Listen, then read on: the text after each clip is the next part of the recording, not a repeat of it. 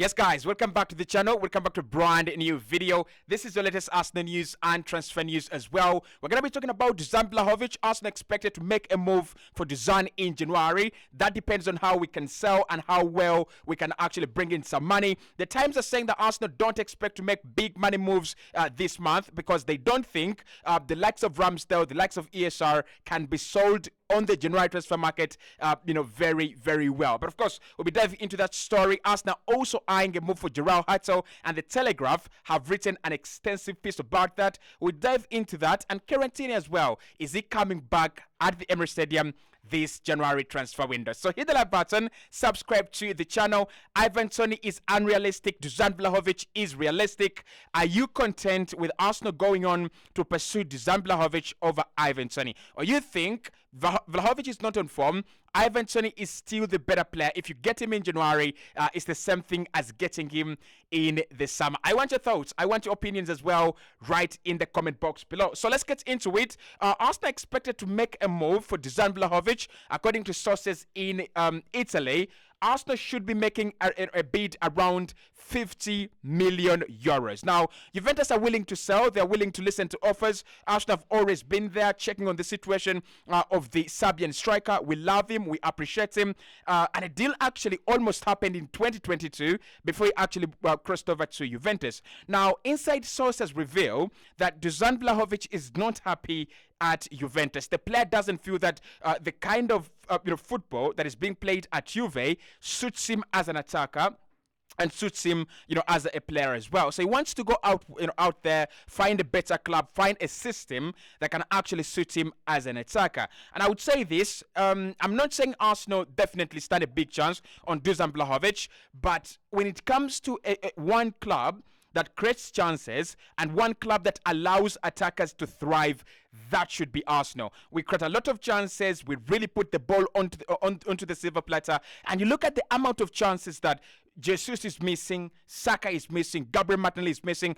Those are quality chances. Those are very good chances. So when you bring in this Serbian boy, Dusan Vlahovic, he is the maestro. He's a very good player, to be honest. I really, really like him. I really do. And I think if Arsenal brought him in, we might have signed 15 goals plus during the second half of the campaign. And even if we don't try to sign to win the Premier League, he could be a very vital part for Arsenal in the FA Cup, but also in the UEFA Champions League. But guys, 50 million, right? Are Arsenal really going to pay 50 million for Dusan Vlahovic? Because the story also says that depends on how well Arsenal sell and also on how quickly we can get some good money from our players. Now, we know Mohamed Elneny is leaving in January. Arsenal wants something substantial, but of course, what is substantial in Mohamed Elneny? We could get around the maximum is 7 to 8 million. So we will need to make a crazy signing, a crazy sell,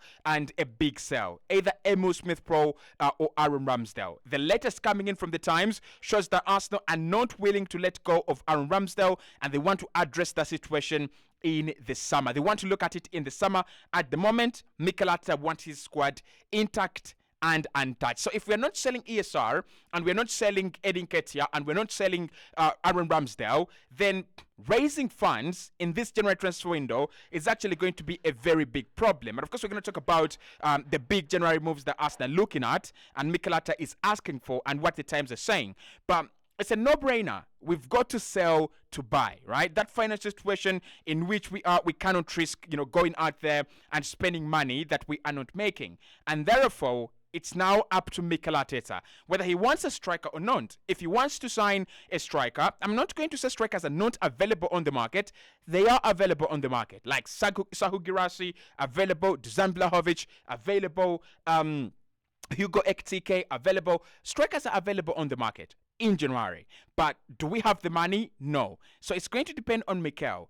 Is he willing to raise some funds in this January transfer window? Is he willing to go, I can let go of Edin Ketia and raise money to buy Dusan Vlahovic? if he's not willing to do that, then I'm sorry, we might see Arsenal signing a number 9 in the summer when all the opportunities to win the Premier League, to win the Champions League, to win the FA Cup have gone, and we're waiting for a brand new season like we always do, Arsenal fans.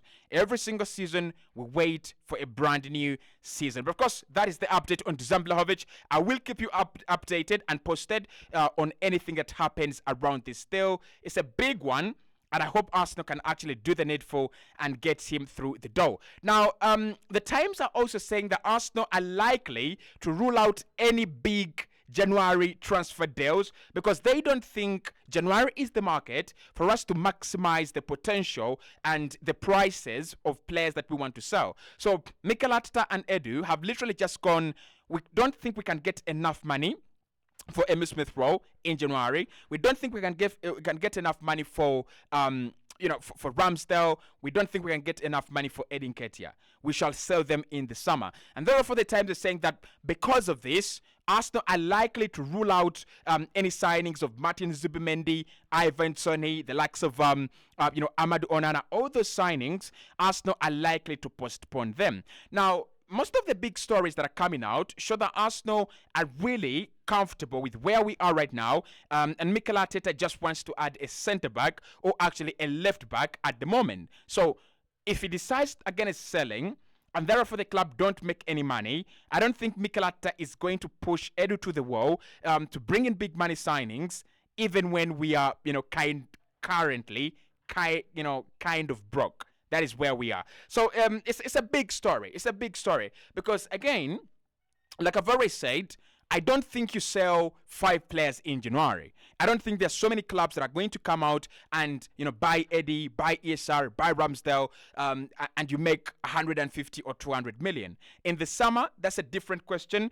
It's a question of how well can you negotiate? How well can you get these deals done? And for me, ESR is worth 60 million. Ramsdale, 60 million.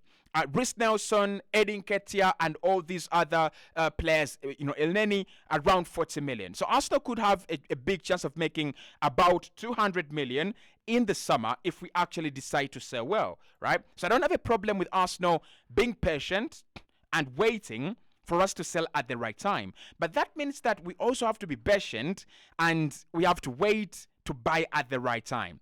And I'm sorry, if that's the case, then no Champions League win, no Premier League win. We've just got to, bear with whatever is happening at the moment. So the Times, they are giving us a huge update that no big money moves for Arsenal are likely to happen this January because Arsenal are not willing to sell their prized assets this market. Okay, so again, let me know your thoughts in the comment box below right about there. Okay, so The Telegraph have also given us a massive update on João Hato. He's another young player that Arsenal are tracking. 17 years of age. He's played a lot of football this season for Ajax. His contract runs down in the next 18 months and Arsenal would love to capitalize on that situation. However, Ajax are interested in securing him for the future. They want to extend his deal. They think he's a key player at the side. So the Telegraph are saying that Mikel Arteta is keen to bolster his defensive options,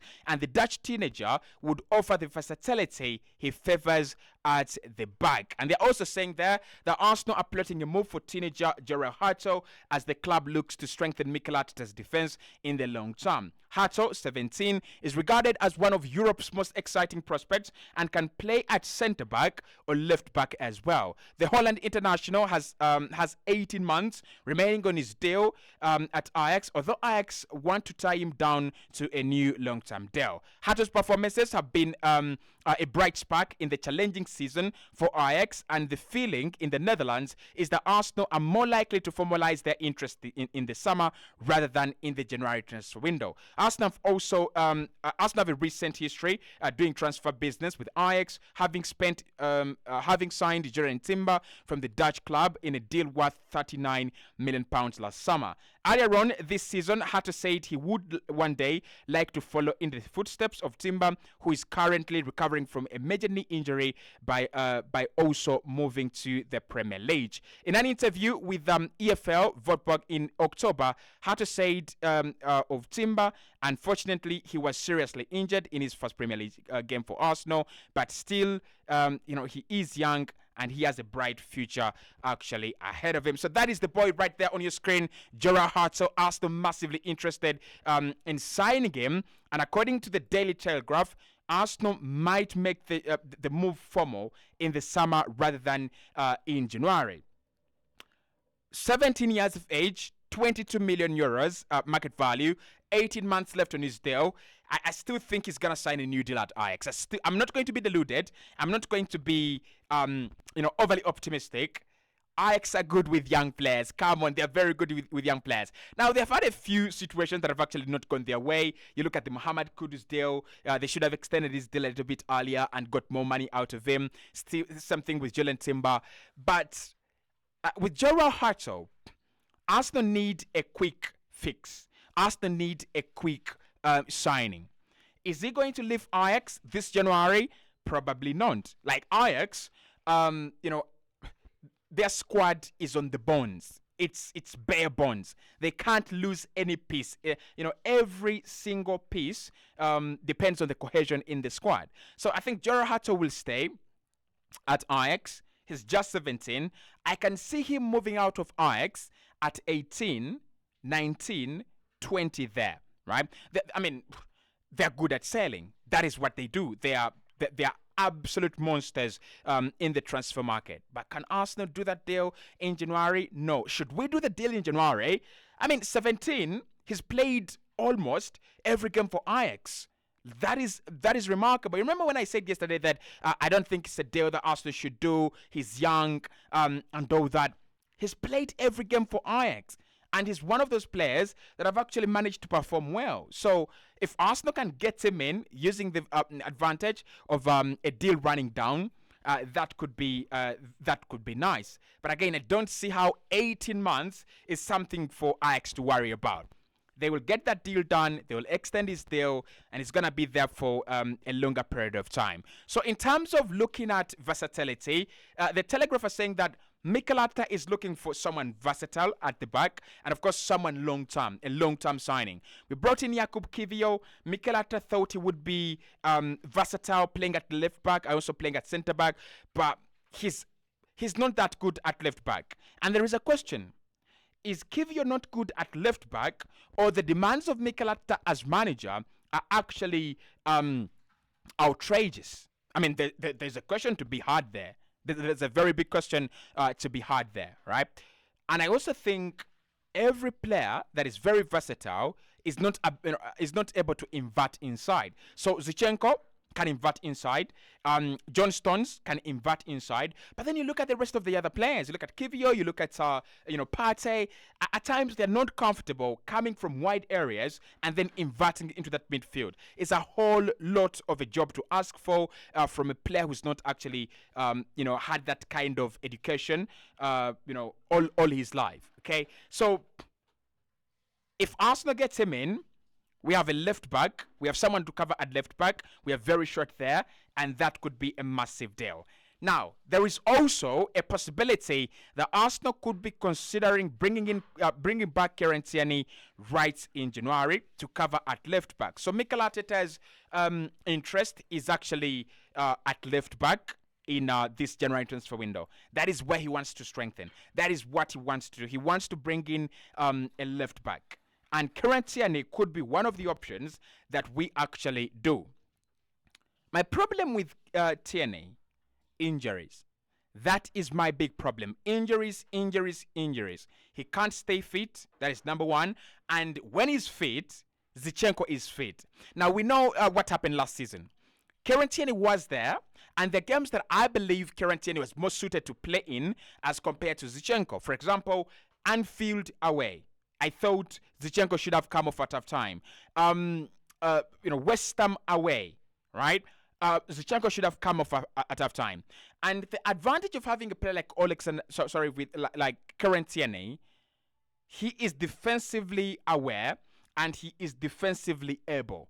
That is one of the things. He's defensively able. So you're sure you have a left back who can defend Salah, who can defend Kudus, who can defend Mahrez, who can defend all these other guys. Now, he's been outdone in a couple of occasions. We have seen him kind of destroyed by wingers. But he is a very good defender as compared to Alexander Zinchenko. So if we bring back Kieran Tierney, this is the deal. We play him as long as Alexander Zinchenko is injured. And we also play him in games where Zinchenko is like a no option. Anfield against Salah, don't bring him. Please do not.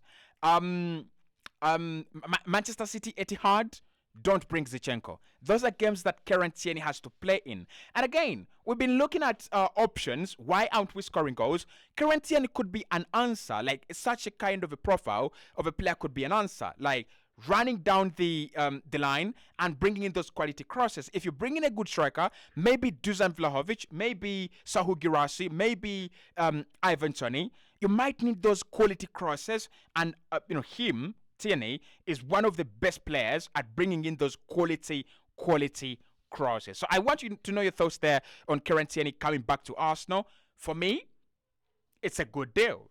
Right? It's a good deal. I mean, they're both injury prone, Zinchenko and Kieran Tierney. So you're risking, at some point in time, you could have those bastards injured at the same time. And that's going to hurt the team. But then, Jalen Timber will be back. Right? That is the advantage. So I'll bring back Kieran Tierney. We don't spend money on a left back. We bring back Kieran Tierney. And we can spend that money in the forward positions. Or we can actually bring in one player in the forward positions. If it's true, what the Times are saying, that Arsenal are likely to rule out any big money move, spend the little we have in the priority positions. And that is a striker, a winger, or a midfielder. Let me know what you think about my stories today, because I really think that they're not giving a lot of vibes, especially that big, that big update on the Times, that Arsenal might not actually do the big money moves.